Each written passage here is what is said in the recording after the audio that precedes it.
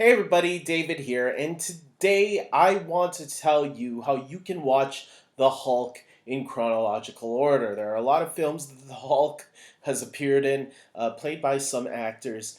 One movie I wasn't too sure if I should have added, but I'm adding it just in case you want to check it out. But for the record, the first film on this list does not really connect to the MCU, but there's nothing that contradicts it too much either. So I'll just say that much. And by the way, this is for people that have never seen anything from the MCU before. If you're someone that wants to get into the MCU, maybe you're looking forward to this She-Hulk series, which is the reason for this video. Maybe you want to catch up with the Hulk's storyline because obviously Bruce Banner is going to be appearing in this show. He's been promoted in the trailers so far. I don't know what capacity he's going to be playing in, but it's going to be a lot of fun. I love Mark Ruffalo as the Hulk. I think all the actors that have played the Hulk in live action have done a really good job. So there you go. We're gonna start off with the first movie on our list. If you want to count this movie, the original Hulk film, that's right, came out in 2003. I'm placing it in 2005, even though it's not really in chronological order, because in the next film after this, it is stated that the Hulk has been on the run for 6 years. And so if you go by the Incredible Hulk, placing it where it is on this list, that should place the origin of the Hulk in 2005.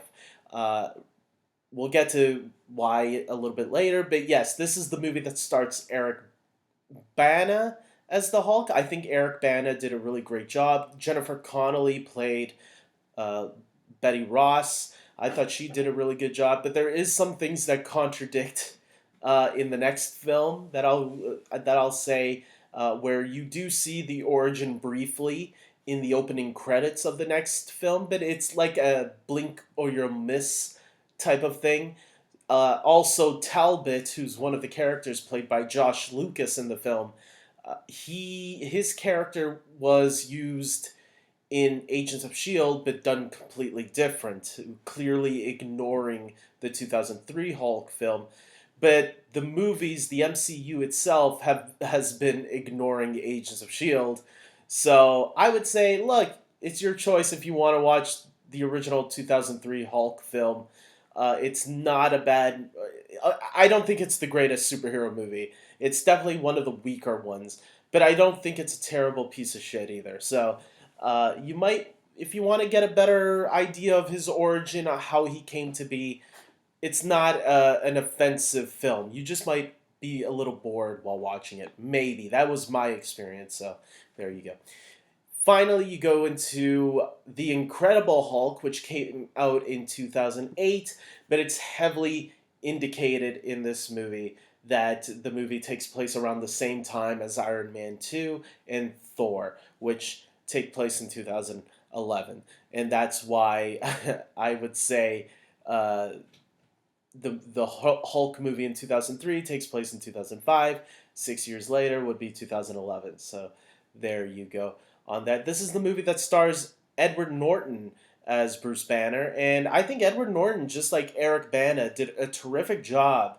And there have been times I kind of wish I could have seen what Edward Norton would have been like in the Avengers movie, because he plays it a little different from Mark Ruffalo, but he was apparently, him and Marvel didn't play nice with each other, so he decided not to return as Bruce Banner. But I did think this cast, Liv Tyler as Betty Ross, the late William Hurt now as General Ross, and Tim Roth, a reason why you want to watch this movie, Tim Roth is introduced as the Abomination, and as we know, he will be returning in the She-Hulk series. This is Tim Roth's introduction, so it's going to be over 10 years since we last saw Tim Roth as this character, and it's going to be great. He's one of the things I'm really looking forward to see how they play with him.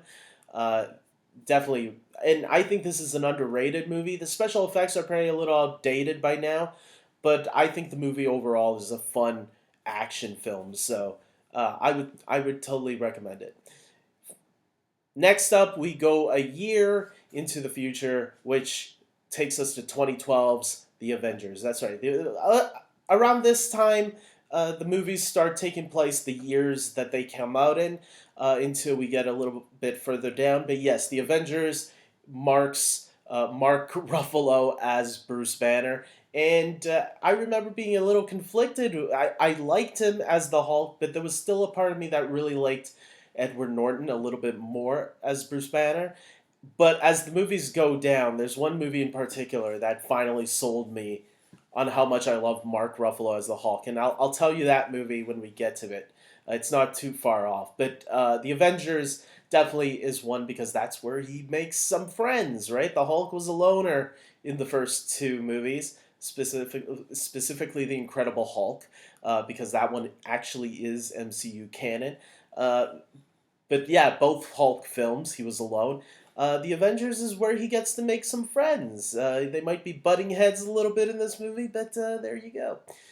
Next up, we go into 2015, where Hulk returns with his friends in Avengers Age of Ultron. That's right, he goes after a crazy robot that goes on the loose to want to destroy humanity. Bruce gets a little love interest in this movie, and I'll leave it at that. How well does it go or not, you'll have to see. But Avengers Age of Ultron will lead us into Thor Ragnarok, which takes place in 2017, the year the movie was released. And this is my favorite version of the Hulk. And when you watch this movie, you'll understand why. I think Hulk is so enjoyable in this film, played by Mark Ruffalo. His interactions with Thor is great as well. I think this is a really fun film. Definitely one of the best MCU films is Thor Ragnarok. If you want to look at Thor's journey in the MCU as well, I do have a How to Watch Thor in chronological order. I think I also made, when Thor Ragnarok was coming out, how to watch, what to watch before Thor Ragnarok or something like that at the time. So maybe you want to check that out if you want to add Thor into the fun in your marathon. But if you don't, then we will continue on because in 2018, a year later, Avengers Infinity War happens, where the all-out battle between, Thanos and all the heroes in the MCU come to a head. Hulk plays a pretty important role in this film, and the next one, what happens to it, I'm not going to spoil it, but well, I guess I have to for a little. Well, it doesn't really affect Infinity War, the next one, but it's going to be a minor spoiler for his progression into the next film of what he's going to become.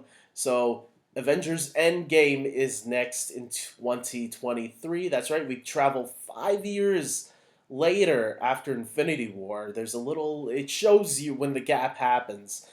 We flash forward there after maybe the first 20, 30 minutes of the movie. We then flash to 2023, where we see Bruce Banner apparently gets an upgrade as the Hulk. Let's just say he's a lot more smarter now, and he can talk a lot more clearer.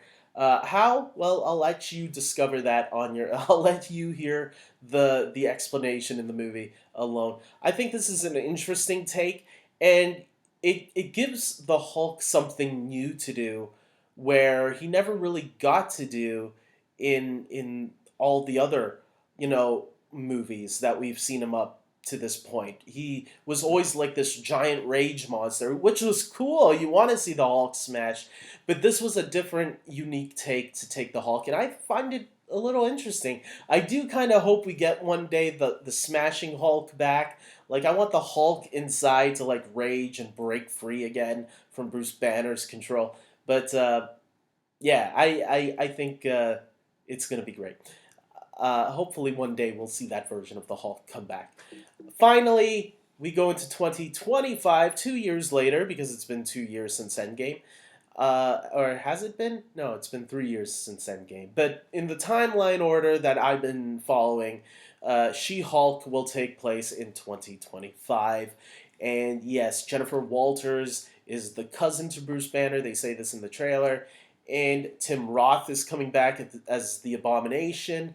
So it's going to be cool to see how this storyline, how these threads will continue into the She-Hulk series, as this series will now focus on her. And apparently, we're going to get a lot of cameos from other characters, which I'm very excited to see as well. So, with that being said, there you go. That's the movies you need to watch in chronological order. I have done a video for the whole MCU in chronological order, so if you're interested in checking that out, go for it. I'll be updating that video soon, later in the year, most likely after Black Panther: Wakanda Forever comes out, because I think that's the last MCU thing coming out this year. Uh, and Or you could even check out how to watch Thor in chronological order, because that could help you, since Thor Ragnarok deals with both of those characters. You can see Thor's journey at the same time as well. The How to watch the MCU in chronological order will probably help you know where the Thor and Hulk movies go together in. So with that being said, I hope you guys like this video. Please subscribe to my channel, especially if you are looking forward to more how to watch videos. I think these are the videos that really help people the most, especially newcomers who want to get into this stuff. So with that being said, until next time, take care.